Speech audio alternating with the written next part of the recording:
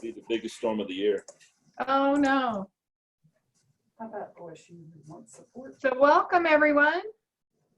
We will get going in just a minute or so Toolbar here. as everyone joins. Support. So excited to see y'all here. Yes.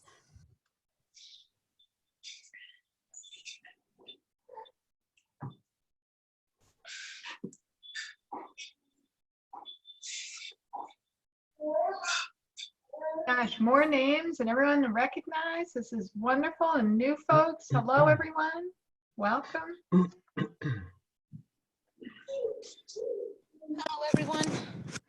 Hello. And if you are participating today, if you could make sure your phones are muted, that would be great. Yes. We also have the chat as a way to communicate during today's session. I'll be watching for that, for questions in the chat as well. So I see it's the top of the hour, 1 o'clock here Central Time. And we have a lot to cover in this next hour. And I am so pleased to welcome you to the New Technologies for Agriculture Education NTAE Catalyst Team panel discussion. I'm Molly Immendorf. I'm the design manager for the Impact Collaborative with eExtension. And I am so happy to welcome you here today and to introduce you to our panelists. We have 3 panelists. We call them catalysts, and they are the movers and shakers. So Scott Reed is a career extension educator trained as a forester and economic, oh my goodness, I can't pronounce today. Let's redo that. So he is trained as a forester and economist.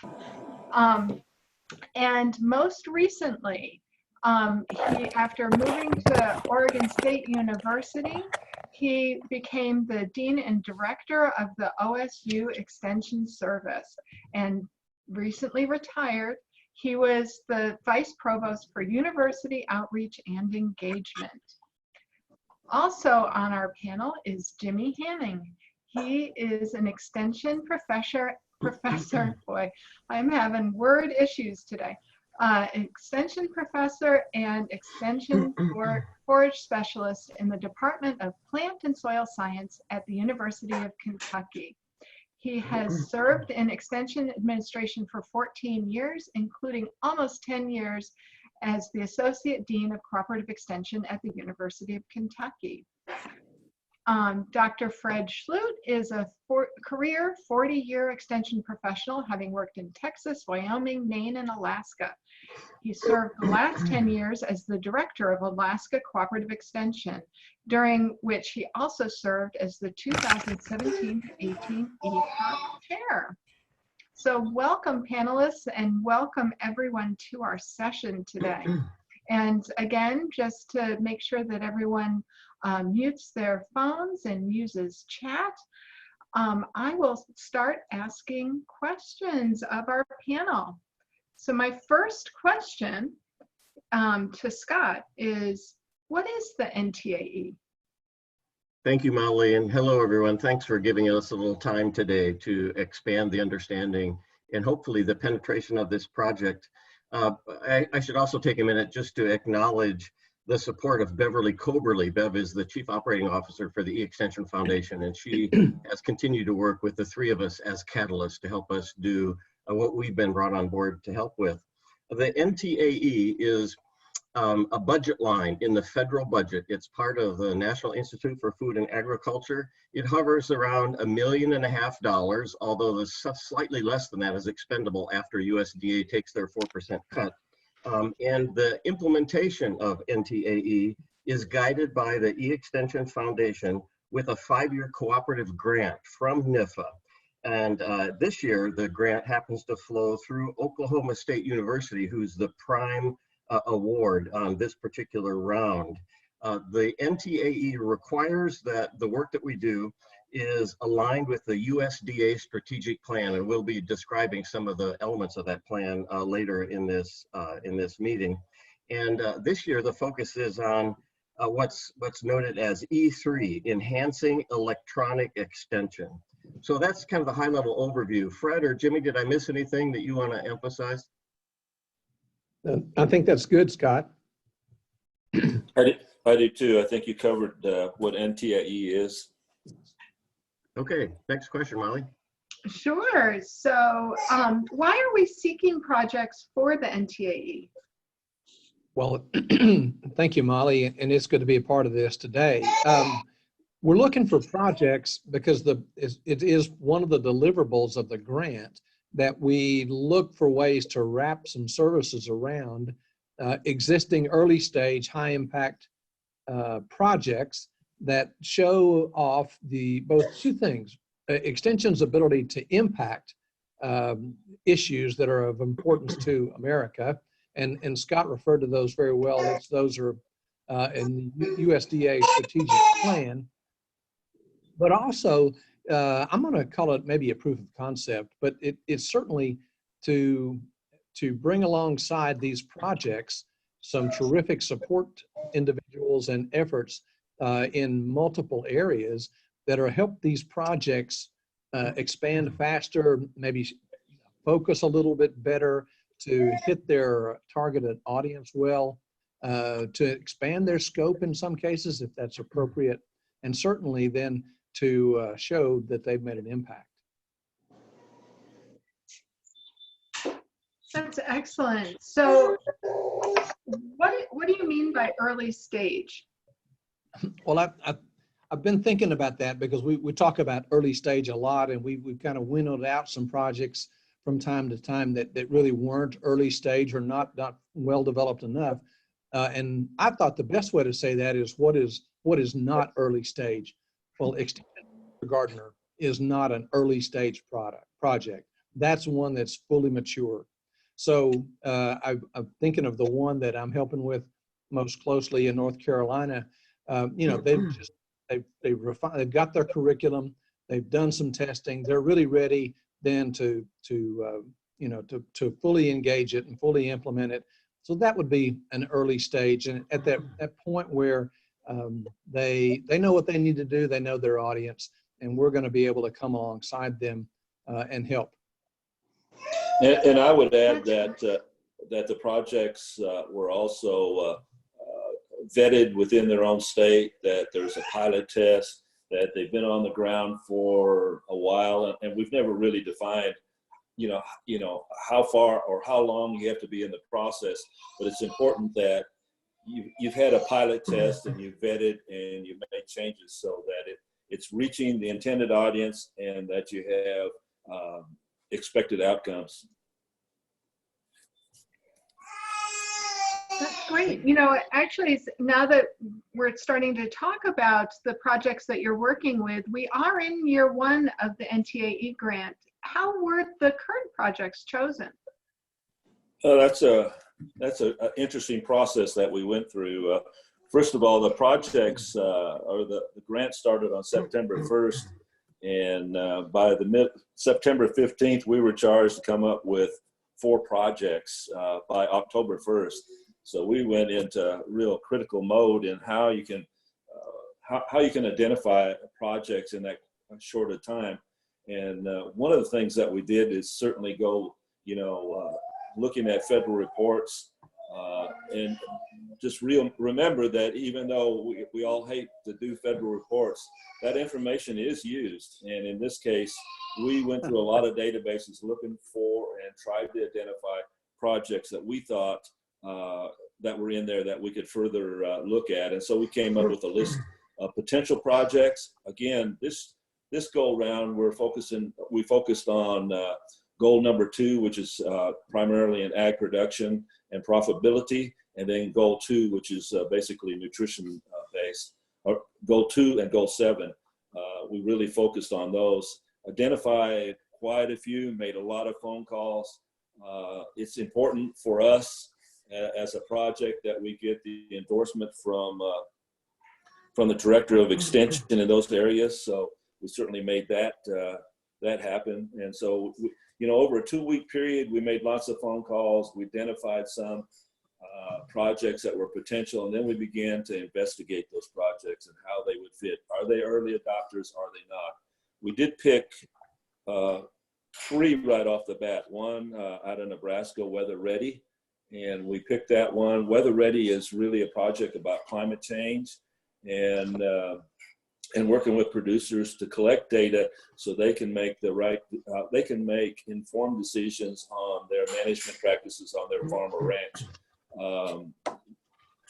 We thought that was important because climate change, again, is one of those key concepts that you keep hearing over and over again. Another one was pollinators and how important pollinators are. We're working a little bit different than normal here in that we're really looking at how mass media can impact pollinators and the public's awareness of the importance of pollinators, not only in their community but in their own yard. And so we felt again that the pollinators is a critical issue within agriculture as we speak. The third one was what's called food sovereignty, and it dealt in Wisconsin with the Menominee Nation and trying to begin to identify what are sovereign foods and how that information is passed in educational programs to the community in food sovereignty. Jimmy can talk just briefly about the fourth one, which we just added within the last 2 months. Jimmy? Yeah, I'm happy to, Fred, thanks. And it's a really interesting project because, it is also quite good, a quite good fit for the NTAE grant, because in the USDA strategic goals, number 7 specifically says that we need to, well, their goal 7 is to provide all Americans access to a safe and nutritious and secure food supply. Well, in doing a little homework, actually, this was about the 3rd project that we were studying and brought it online eventually, but this project actually addresses the Food Safety Modernization Act charge, and specifically that of making sure that the overhead irrigation water for things like leafy greens is clean. And you're probably aware of all of the issues we've had with E. coli and salmonella and other sorts of contaminants in leafy greens, brought on in good measure many times by contaminated irrigation water. So this is a high impact, high need program, and we were fortunate to, with the help of the extension director in North Carolina, to identify this project, this group of people, and they've been great to work with, and they're just getting started with their deliverables. But that's the gist of the 4th project. And all of these projects have a lot in common. We're providing assistance to each project coordinator to help in media or technology, things that a lot of times project directors don't have time for because they're managing the program. But how can we uplift the project? And one of the ways that we're doing that is certainly through a e-field books that the E-Extension Foundation has been working with for a number of years. And the e-field books, I think, is going to be one of the premier outcomes of our projects, because it really basically is a diary and a log on all the things that that each project tried to do, what were successful, what wasn't, so that there'll be a history and a trail that we can use in the future. The e-field books, we have an excellent group of E-Extension Foundation staff working with in a lot of areas. The e-field books are led by Ashley Griffin. I think she is out of Kentucky. Marketing by Aaron Wiebe, and Aaron is out of North Carolina. Partnership development led by Megan Hirschman, and Megan is out of Michigan State. Professional development, we've met Molly, that's her role in professional development. Reporting, like any federal grant, there's quarterly reports, and we have our own reporter, and evaluation is Jim Waddell, and we're working with him on impact evaluations and looking at those outcomes. So you can see that, you know, unlike a traditional grant, we're not giving you lots of money, but what we're giving you is providing the expertise and the service to help move your potential program from a fledgling position to an area that it can take off on its own.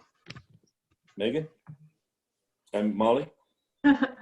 Sure. And there's a fifth project as well that I think it has more to do with professional development than being a specific project.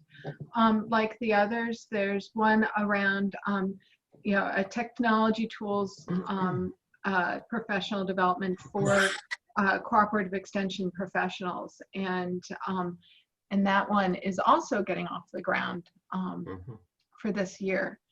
And that project's headquartered out of UC Davis, as I recall. Yes, yes, and they've got some exciting things coming up around that for all of us. And then any of our other catalysts, I just want to make sure that everyone has a chance to weigh in on how those current projects were chosen. I would just add one thing, Fred, if I could, and you may have said this, but associated with each project is the designation of a fellow, someone who actually steps into a formal role connected to e-extension, surrounded by a project team, as most extension projects are, but the role of a fellow is a compensated one. You know, there's a modest, Molly, do we call it a stipend or an honorarium? It's a way to honor the extra investment that the project leader makes. Absolutely. And as a matter of fact, we have a question, and I'm having a brain gap here, but who is leading the Mass Media and Pollinators project? And I'm thinking Kara is, but her last name is escaping me. Maybe our panelists or Ashley or someone else on board can help fill that in for me. Molly, that's Kara Maddox at the Kara Maddox, thank you very much. No problem. And there's another question in the chat is, are the e-field books the primary output that will be of use to our states in implementing extension programs? Actually, that's a good question, because the e-field books have a lot of, you know, several purposes. Obviously, it's a roadmap to the project as it developed and matured. The other thing is the e-field books will also be reviewed, professionally reviewed by the Journal of Extension. So it's really important, Molly, from a professional development standpoint, that aspect is in there. I think of the e-field books as kind of like the gateway to other parts of the project. E-extension talks about wraparound services. So as we look for projects to select for next year, the e-field book will be a common element of all. And then e-field books don't look the same because the content is different, but it helps to spin off opportunities for other extension professionals and clients and partners to find access to some of the marketing, professional development, reporting, the kinds of wraparound services that e-extension provides. And I would say too that the e-field book, in terms of my project on bridging the gap, the water quality project, it's a means to capture their information in a very organized way and make it very easy for people to access it away from their traditional face-to-face trainings. So it is a primary output, but it is not meant to be. I'd say these projects have output beyond the e-field book. Absolutely. I know I've been talking with many of the projects already about what professional development they would like to provide as a part of their outputs as well. And we've got things from, you know, webinars to additional materials to learning circles and beyond being planned. So it's really exciting to see all of this come together. The other thing about the e-field books is that they are a publication, right? So, and they are going to be they're peer reviewed, and part of the Journal of Extension is going to be reviewing them as a part of the NTAE grant. Is that correct? That is correct. And to most extension professionals, that translates to a scholarly product that can be recognized and used in promotion and tenure documentation. Absolutely, and it'll become, a living resource for all of us.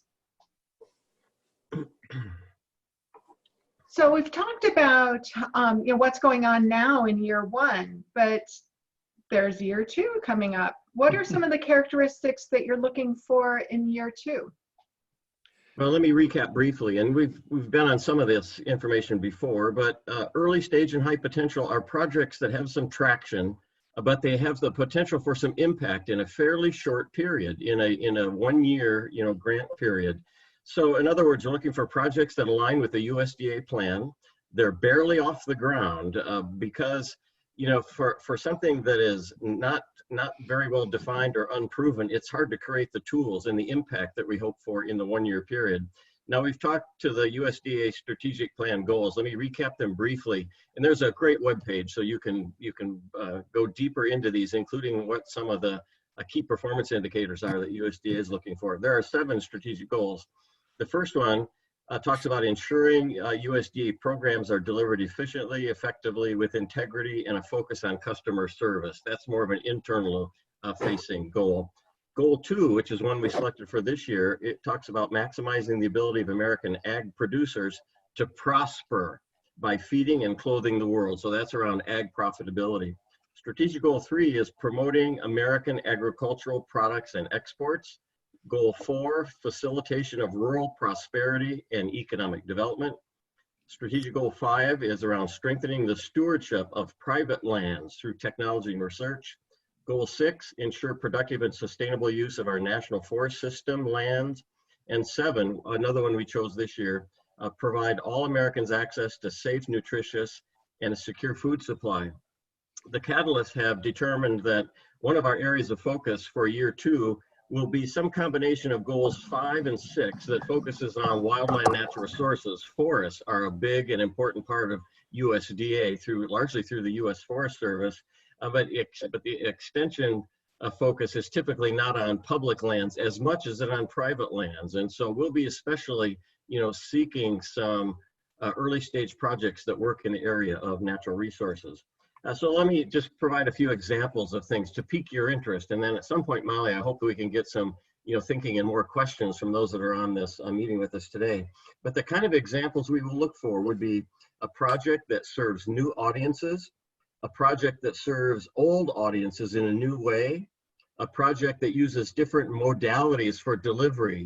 Digital delivery is something that we are increasingly embracing, and to the extent we can learn by working with one or more projects that use multi-modes for delivery, a project with a new model for providing value, a promise that shows potential for local impact.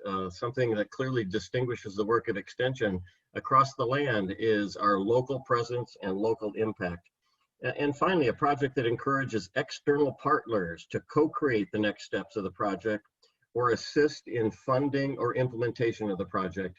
We are clearly working in a partnership world, and so having effective partners and learning about how to engage them most powerfully is something we will seek in year 2. And we'll also follow up on Scott's comments. We'll also be looking in strategic 2, maximizing ability of American agriculture or production efficiency. And again, looking at goal number 7, that provides all American access to safe and nutritious food. So yeah, thanks, with the addition of combining goal 5 and 6 as a resource and potentially as it impacts forestry. So we have our first question. Will the round 2 projects be solicited by something like an RFA? That's actually coming up. I can give you some of what we're thinking. It's not completely in stone yet. We're looking for new projects for year 2. Projects are, we're going to mine them. So we'll be working again with the same kind of databases that we used before. We're probably going to expand that umbrella and ask others for potential projects, suggestions or nominations for potential projects. So we'll be certainly working with some of our director friends, our regional director folks, and again, trying to collect as many potential projects as possible. All the projects have to be nominated through your director of extension. That is just a good way to make sure that we have total buy-in, both from the extension part and from the administration of your state. We're looking probably at a June 30, July 1st kind of time frame for projects to be submitted to us or nominated to us. And then we'll begin that selection process throughout July, early August, and then make announcements as soon as we can in early August, because the projects will start on September 1st. We have to hit the ground September 1st. We didn't do that this year. We're about 45 days behind. And so, we don't want to get that lag time like we had this year. That makes sense. That's part of why we're doing this panel, is to get the word out so folks are prepared. I presume. Trudy asks, it seems like goal 4 is critical for conversations related to goals 5 and 6, relating to the USDA strategic goals. Would projects related to goal 4 be considered? But my answer is absolutely yes, because in part because you can't isolate these goals from one another in many cases. When we're working on productive and sustainable natural source or agricultural lands, they in fact facilitate rural prosperity and economic development of communities across the land. And so I see many connections even among these goals. I agree with that. Absolutely. Excellent. Let's see, Sam asks, what type or level of funding does each project get, and for what duration? Funding is for 1 year, September 1, 10 months actually, September 1 through June 30. Funding can be as high as $40,000. However, most of that will be spent on marketing and media, because that's one of the tools that we're going to be offering. The stipend, and somebody will have to help me on the stipends. Somewhere $7,000 or $8,000 for a stipend for the fellow sticks in my mind. Is that right, Scott? Yeah, I'm sorry, I don't have good records of the actual stipend. That's something E-Extension handles the business end. Jimmy, do you know? At least for the project I'm working with closely, the lead on that project is Dr. Chris Gunter, and he is going to receive a $5,000 stipend. There is also funds for support for this project within that university, and so he has an assistant who's going to receive $10,000 to help it come to pass. So North Carolina State will receive a total of $15,000.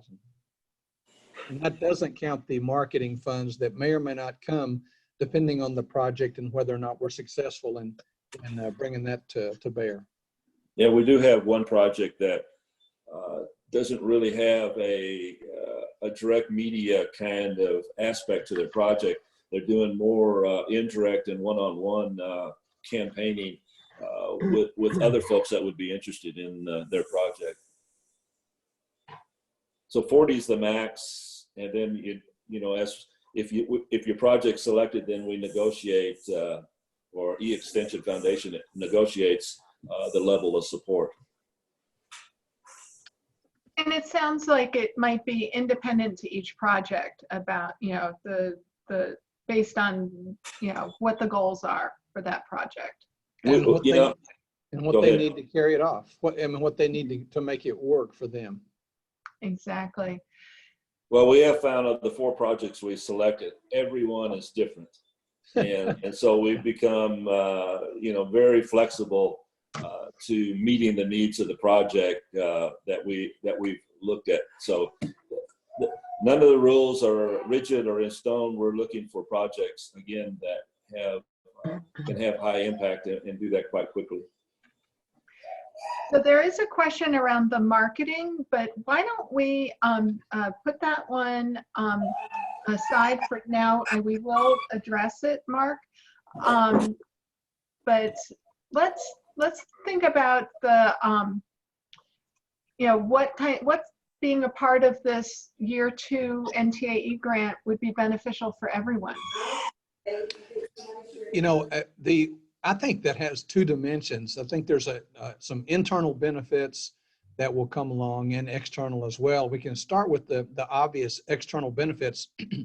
If we're successful, and we are certainly very optimistic about that with the 4 projects we're working with, they will make a great impact across the country in the year that they've been allotted to kind of ramp up their programs. So that if you look at the goals, 2 and 7 and 6 and maybe 4, these are broad-based, very important goals to our country, and doing a better job with some outstanding extension programs that are integral to those goals is going to help everyone.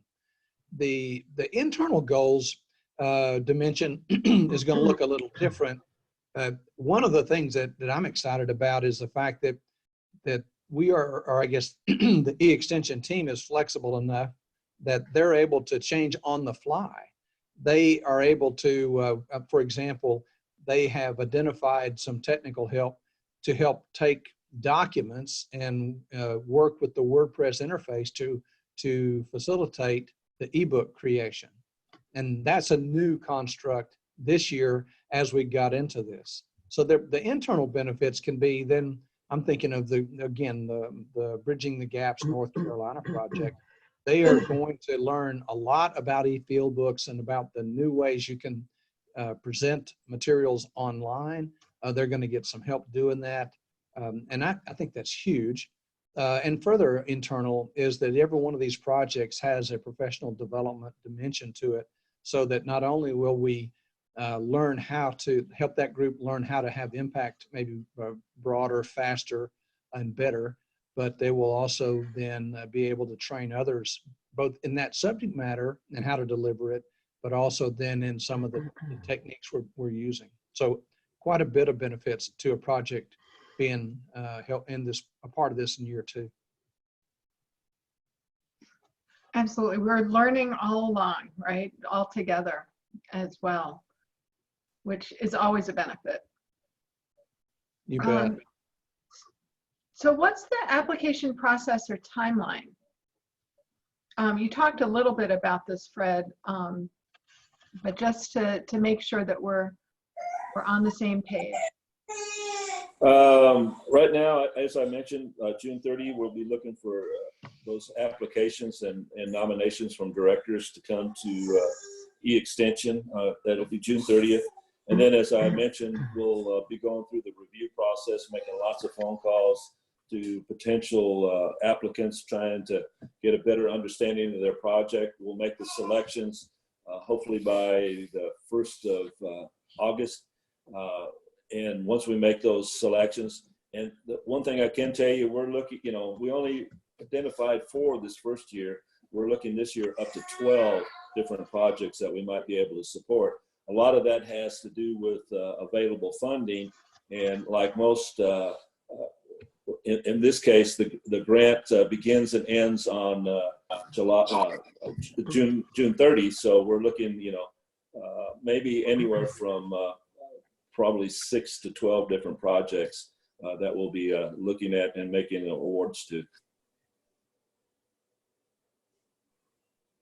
I do think, Fred, that we're going to generate some sort of a discrete RFA or RFP, because we just got back, I guess, a week or 2 ago from the JSEP meetings, and we promised that we would send to those agents associations the call for proposals. So at least I'm looking for a discrete, 2-pager, 1-pager on how to do that. So I think that's forthcoming among directors and widely circulated.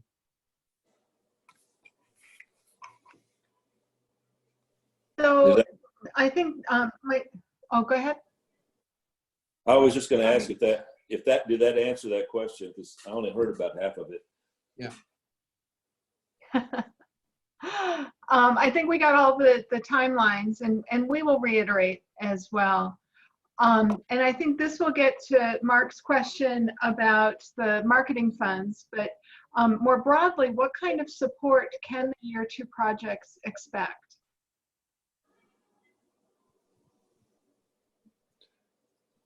I'm operating on 2 different electronic media here, so I'm working my way down. I'm working, publishing peer-reviewed articles in e-field books, and certainly our relationship and liaison that we have with the Journal of Extension. Professional external marketing service, that's what Aaron is tasked to do. He'll work with you. Partnership development, I think that's an important part in that we have a professional that will help you identify potential funders to help your project, not only in year 2 with our project, but going forward. FlexLearn professional development, Molly's working in that area. Evaluation, again, I mentioned Woodall is working there, and then reporting. And so we'll be working with you, each team or each project on each one of those specific areas. So it's a lot of wraparound support that teams in these projects may not have had before. As examples from our year 1 outputs would put forward as well. We've learned a lot in the first year, but one of the things we want, project directors need to be project directors and really focus on growing and evolving their project. And so e-extension is really providing some of those wraparound services that can help. One, it takes that load off of being the project director, but helps lift the program to that next level. Mm-hmm. I wonder if Aaron might want to say another word or two about the way in which marketing is going forward, the firms that we're working with, and how we go about selecting them. Sure. So right now we have 2 of our projects, and that's the Weather Ready Farms from Nebraska Extension and the Bridging the Gaps program, which is the multi-state group with Chris Gunter at NC State. And that one, we're just getting started with the marketing firm on that. So let me talk a little bit more about Nebraska Extension and Weather Ready Farms and what we're doing there. So what we've done is we've put out an RFP for each of these projects to outside marketing firms to come in and help work with these projects during this grant year. So for Weather Ready Farms, we have a marketing firm out of Nebraska called EG Integrated. And what they're going to be doing, it's really boils down to 2 phases. The first phase is they are conducting market research to better understand this audience. So the audience for this project is primarily row crop producers in Nebraska. There's corn and soybean farmers. And what they're trying to understand through that market research is 2 things. One, what barriers exist from these farmers taking risk-reducing strategies to make their farms more resilient to weather-related events. And so that's one. And number 2 is to understand what steps they are actually already taking. So from there, they're going to be doing surveys and focus groups and compiling all that data. And then the marketing firm is going to be creating a messaging strategy and a strategic communication plan for this project. And that's going to be provided over to Nebraska Extension. So we've partnered not just with the fellow on this project, but we've also partnered with some of their communication and marketing staff there, so they can take that information and actually implement it to help with this program. And very similar things going to be happening with the Bridging the Gaps program, but again, we're just getting started on that one. So that's, each of them have different needs, and things will be tailored a little bit differently to each project, but I think that's kind of the gist of what the services are. Thanks, Erin. And this is something that a lot of projects don't have the ability to do on their own, and it's a real value add from what I can see. Yeah, I would emphasize the same thing, Molly. Thanks for making that point. While the financial support, is not irrelevant, but it's relatively modest. I think one of the real values of working as a fellow with E-Extension is you get access to 6 professionals, each of whom will spend part of their time on your project. So it's a kind of the equivalent of adding an FTE to your project spread over a number of disciplines. That, I think, is the huge lift. And I know that we are looking further than just those 4 projects. For example, as we learn how these E-Extension resources come alongside of a project in these very concentrated, time constricted projects, that we think will give benefits to the whole system in how we do that in general. How do we take technology resources and help projects to scale faster and have better impact? Thank you.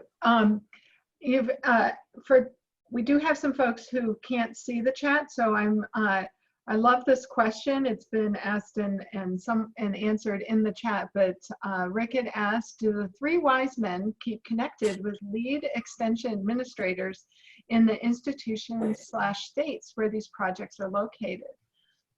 Oh, Rick, in my case, I started with the director because I was relatively certain North Carolina had a food safety program, probably of some scale and breadth. So I started with Rich Bonanno. And I know in Wisconsin, we did the same thing, that we met with their administrative team and described the project, what we were trying to do, because that's a unique project in that it's combining the efforts of 1994 and an 1862. And so we wanted to make sure everybody's on the same page.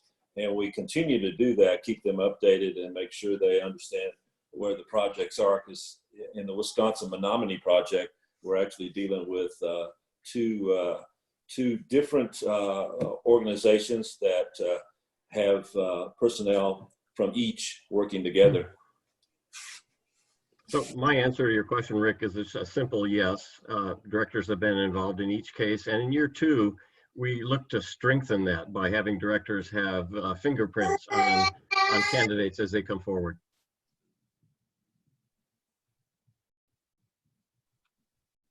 So I open it up for other questions. Perhaps some of the folks who are on have ideas of projects that they might want to bring forward and have questions related to the application process, what you're looking for. And I welcome you to open your mic if you can, or ask in the chat.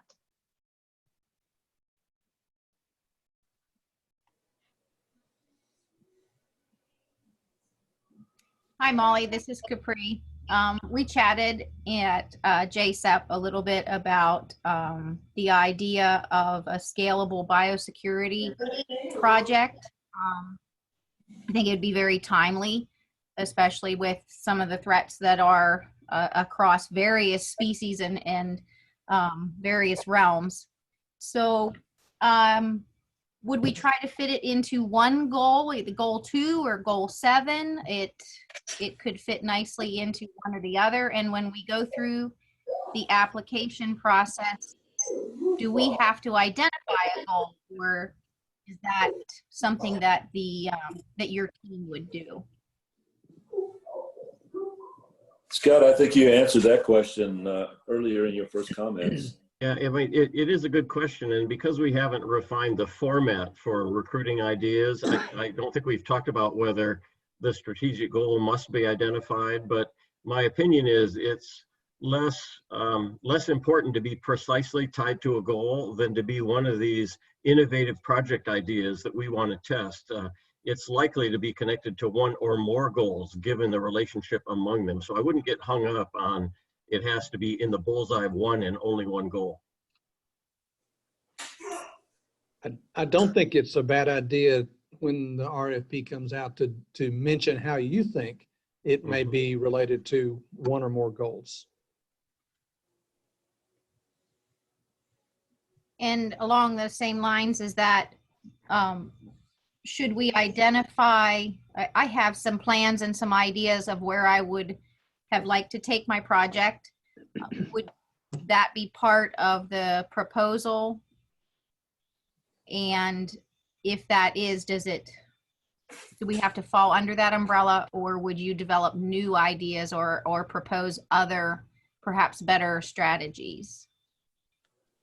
We see these projects as your projects.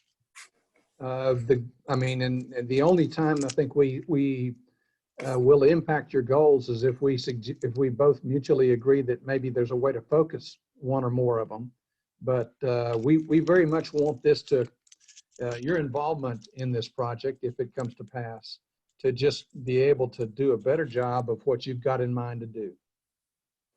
You know, one of the ways that we've helped a lot of the projects is help them narrow and focus their audience to identify, let's say, the North Central region corn farmers in weather ready it's a pretty ambitious goal, where it would be a lot easier to narrow and focus that audience to a certain part of Nebraska or Iowa or Kansas, trying to get that a little bit more narrowly focused. So one, that we can it's a short period of time, 10 months. We need to be able to measure impact and outcomes, and the narrower and focused you are on your audience in these cases, the better it was. So it's step by step. We work with everyone, and like we indicated before, of the 4 projects, every project is different, and each has gone in a different direction, and we have work with each group to make sure we're providing the services to make their project better. If that helps answer your question. It's your project. Yes, it does. Thank you. So we have some comments in the chat. Let's see. Ron said he doesn't know about the possibilities, but 2 things do come to mind for future grants. One is the 4 regional projects on farmer stress recently funded by NIFA, and the other would be the Southeast Climate Hub's work related to forestry. Those are good. And David Hanaway says that's related to the Weather Ready Farms project. They have a PRISM group at Oregon State University. Has the PRISM group at Oregon State University been contacted?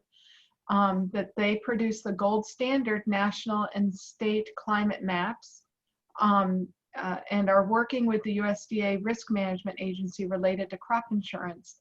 And projections for the climate change would be a natural extension of what they are currently doing. And he gives Chris Daly and his email address as the project lead. That's a good lead for us, right? For the Weather Ready project. Yeah, I think we'd want to make sure that Tyler Williams in Nebraska and his team is aware of the value that PRISM might be able to add to their work. Excellent. Sam asks, will the extension directors prioritize projects from each state for your consideration, or would you be the group to do so nationally? That's a good question. That process we're still trying to work that out. My guess is that we want as many projects that a director will approve in the hopper, and then the Catalyst will go through those in July, and we'll be the ones that prioritize them. Yeah, along with the NTA staff at the very end. But I think it would be the Catalyst that would make, we're the ones with at least now a year's experience in this and know what we're kind of understanding what we're looking for. And so I think we'd be the ones that would make that prioritization, and hopefully funding for up to 12 projects. We were scrambling this year. We hope to have so many projects that it's going to be tough to really pick only 12. Yeah. But it is a nice big expansion from year Yes. one as well. So any other project ideas or thoughts, questions? Hey, this is Cynthia Aguilar with North Carolina State. I'm really new with NTAE. I'm just exploring opportunities for funding. And this is more related to agriculture workforce, meaning, you know, training that provides to farm workers. So like I said, for me, it's exploring what options do we have. So do you have any room for this type of projects? More specifically, this program has been in place for 5 years, it's grant funded, but this year we want to focus on enhancing the evaluation system, because at this moment we just do a pulse survey, but we want to use technology for evaluation mostly. We still want to continue doing the one-on-one training, but the evaluation, we need to do something different. So we are beginning to think that maybe technology is something that can help us. So again, I'm apologizing, this is not something that I'm feeling to what you guys doing, but any idea will be welcome. Because as I'm looking at the goals, you know, I said, well, the only maybe that we can squeeze a little bit is when we talk about training, but you know, this is very specific, again, using technology for evaluation. And this is something about the impact. You probably know the farmers are required to provide WPS training, right? So it's easy to provide trainings. People do videos or do any type of things, but there is not really an instrument that really help us to have a better understanding of how much they're reading, they're learning, and more importantly, the impact in behavior change. That is what we want. So again, the idea for using technology, which is a challenge because the formal level of education for farm workers is very minimal, but it will be a matter of time because our training is a 90 minutes training, and we cannot dedicate too much time in evaluation. That's why we only do a pulse test, pulse survey. So hope this makes sense. But again, at this moment, looking for funding opportunities or ideas, you know, the people that can help with farm workers and the part of the evaluation. And again, data is crucial, if, you know, to think about the impact that means in the life of the community. Dr. Monano has been very supportive of our program, actually, with providing bridge funding and all that. I'm glad that North Carolina is already involved with that. But again, any ideas about that, I appreciate it. Well, Cynthia, first of all, it's great to see you. Thank you for joining us today. My short answer to your question is yes, indeed. I would love to see a concept or an idea around farm labor, especially as it relates to productivity and the success of farming communities. So I see that tying easily into the strategic plan. The farm workforce, as you know, some of which is undocumented, is something of continuing concern. We have raised diversity, equity, and inclusion as a primary element of going forward. So please do consider, you know, conceptualizing an idea and moving it forward.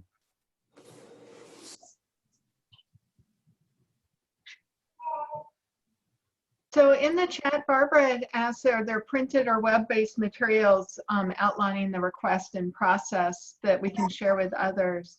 And I know that Aaron had created something for a 2-pager for JSEP that at least gives some broad outlines of that. So he just put that in the chat for everyone. So Still in the most of this is still in the development stage, the RFPs or RFA.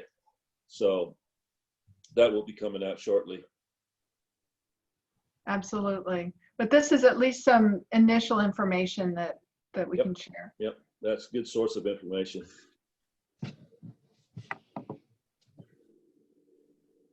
So, you know, feel free to ask questions in the chat, but I'm wondering, you know, we want to make sure that we all know what is the next thing to do around this. So what should they do? Well, that's my cue, isn't it? Yep. We've divided up some of the questions, as you might see. Let me just say the short version is get on your director's radar screen by May or June, because we will be funneling concepts and ideas to us in that way.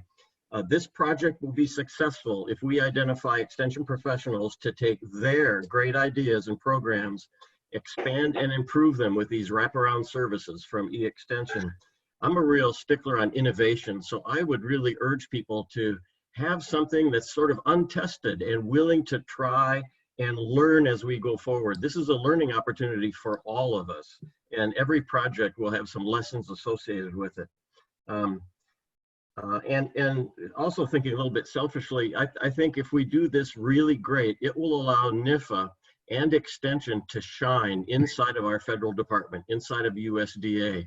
I don't know of any other agency that's working in the focused way that we are this year and next year at moving this strategic plan forward. So raise your idea with your program leader, director, associate director, whatever the right administrative hierarchy is in your state. And in order to kind of just bounce ideas around, if you're interested in contacting me, I won't offer Jimmy or Fred unless they do, but I put my email address in the chat box, and I would really welcome people. Just drop me an email if you want to just bounce some ideas around. Yep, I'll do the same. Excellent.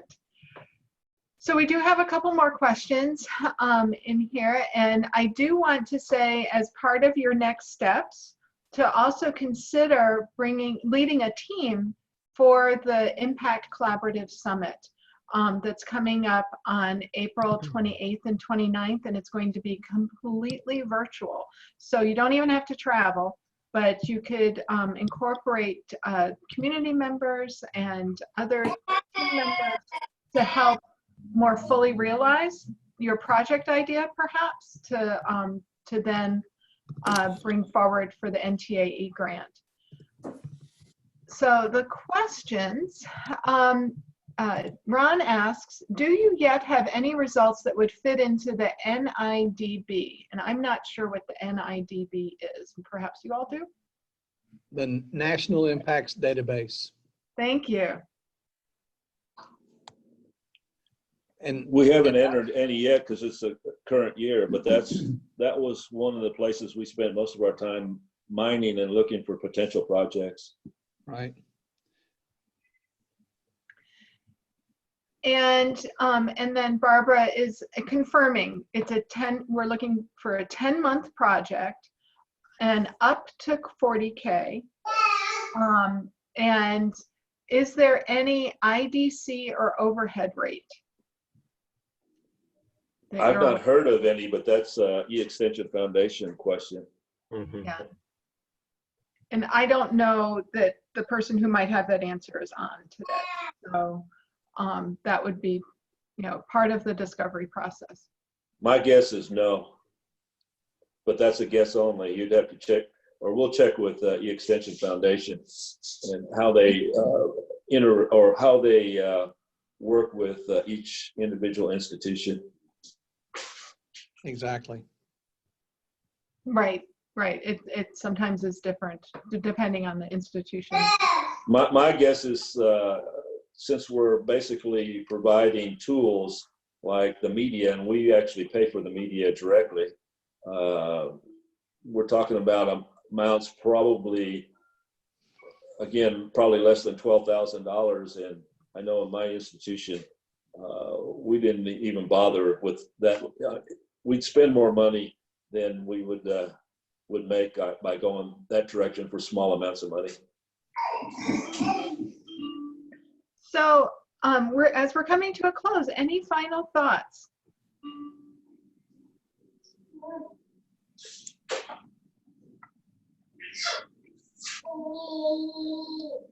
So I have some. I want to thank Jimmy, Scott, and Fred for both being the fabulous catalysts that they are for our current project, and for the work that they have been doing helping to pick and coordinate the support for their year one projects, and being willing to continue in year two as well. That is also fabulous. They are fabulous to work with, and I am really thrilled that they were able to share their wit and wisdom with you today around the NTAE grant opportunities. And I hope that everyone participating today has one or two projects that perhaps could be a part, and you will do that action item that Scott said, get on your director's radar screen. Radar screen, very important. Yep.